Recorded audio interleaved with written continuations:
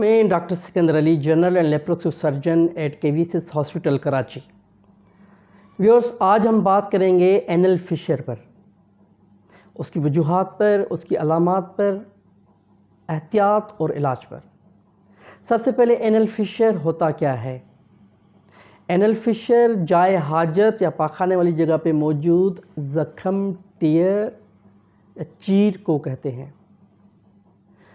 उस टियर या फिशर की पोजीशन, तादाद और वजह के बुनियाद पे उसको टिपिकल और एटिपिकल में डिवाइड किया हुआ है।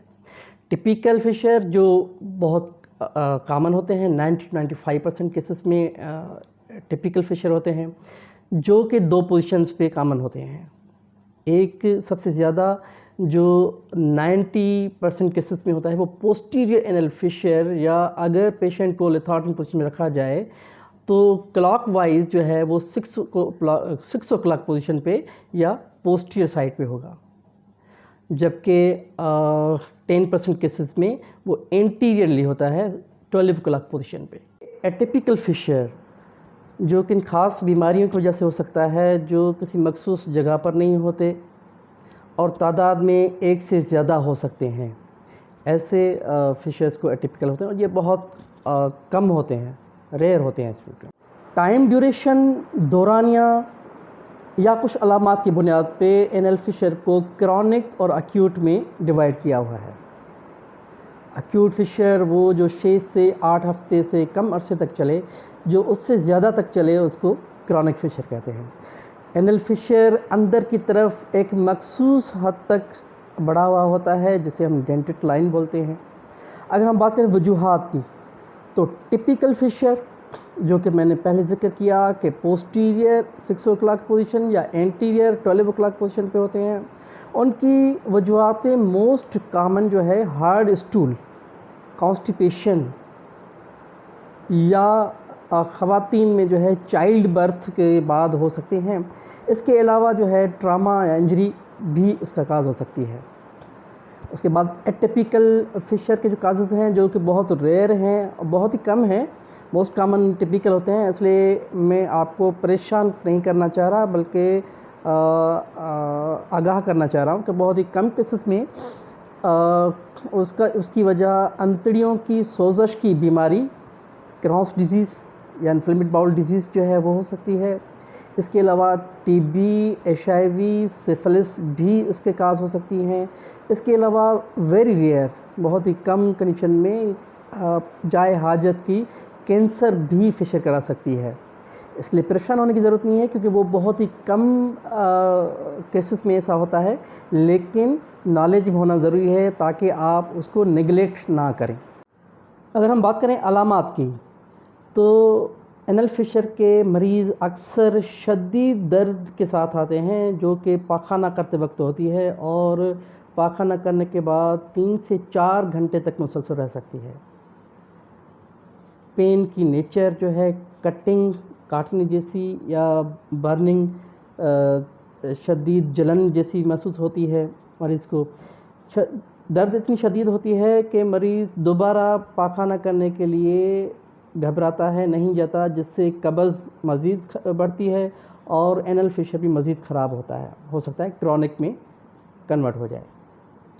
इसके अलावा एनल फिशर के मरीज़ खून के आने की शिकायत भी करते हैं, जो कि ताज़ा होता है बवासीर की तरह, लेकिन मिक़दार में, क्वांटिटी में उससे कम होता है। अक्सर हार्ड स्टूल या पाखाने पे मौजूद खून की धारें या स्ट्रिक्स ऑफ ब्लड की सूरत में होता है। जब एनल फिशर क्रॉनिक या बहुत लंबे अरसे तक चले, तो उस ज़ख़म के इर्द गिर्द चमड़ी की सूजन या चमड़ी का बढ़ा हुआ हिस्सा टुकड़ा बन जाता है, जिसे हम स्किन टैग या सेंटिनल पाइल बोलते हैं, जिसे आम आदमी, मरीज़ या लेमैन जो है बवासीर समझता है, लेकिन हकीकतन वो बवासीर नहीं होता। एनल फिशर की ट्रीटमेंट के या मैनेजमेंट के 3 ऑब्जेक्टिव्स या टारगेट्स होते हैं। पहला टारगेट होता है पेन को कंट्रोल करना, क्योंकि शदीद दर्द की वजह से वहाँ पे मौजूद कंट्रोल मेकनिज़म, जिसे एनल स्फिंक्टर उसका भी अंदरूनी पार्ट जो इंटरनल एनल स्फिंक्टर है वो अक्कड़ में आ जाता है, जकड़ जाता है, जिसे स्पाज़म बोलते हैं। स्पाज़म की वजह से वहाँ पे मौजूद खून की रसद कम हो जाती है, जिसकी वजह से ज़ख्म भरने में मुश्किल पैदा होती है। दूसरा हमारा ऑब्जेक्टिव होता है कब्ज़ को कंट्रोल करना। कब्ज़ कंट्रोल करने के लिए मैं पहले भी बता चुका हूँ कि लाइफ स्टाइल मॉडिफिकेशन, एक तो पानी बहुत ज़्यादा पिएँ, फाइबर डाइट इस्तेमाल करें। फाइबर डाइट में आप सब्जियां, फल, नट्स और होल ग्रेन्स, पूरी गंदम की रोटी या आटा जो होता है वो इस्तेमाल करें। इसके अलावा आप मेडिकेशंस, स्टूल सॉफ्टनर ले सकते हैं, या हस्क ऑफ इसबगोल, जो इसबगोल का छिलका हर कोई जानता है और इस्तेमाल भी करता है घर में, वो आप इस्तेमाल कर सकते हैं। ठीक है। उसके बाद जो कंट्रोल मैकेनिज़्म है इंटरनल एनल स्फिंक्टर, जो अकड़ जाता है, जकड़ में चला जाता है, उसको रिलैक्स करना। उसको रिलैक्स करने के लिए हमारे पास दो तरीके होते हैं, एक मेडिकल, दूसरा सर्जिकल। मेडिकल में अक्सर जो है मोस्ट कॉमनली अमूमन हम देते हैं GTN क्रीम, ग्लाइसरल ट्राइनाइट्रेट, जो जाए हाजत की जगह पे लगाया जाता है, जो कि स्फिंक्टर मैकेनिज़्म को रिलैक्स करती है। रिलैक्सेशन की वजह से वहाँ पे खून की रसद बढ़ती है और ज़ख्म भरने के चांसेस बढ़ते हैं। अगर GTN क्रीम ना हो तो हम कैल्शियम चैनल ब्लॉकर्स या डिल्टियाज़म, नेफिडिपाइन की प्रोडक्ट्स आती हैं, वो इस्तेमाल कर सकते हैं। या अगर ये दोनों मौजूद ना हो तो कभी कभार बॉटुलिन टॉक्सिन या बोटॉक्स जो है वो इस्तेमाल किया जाता है।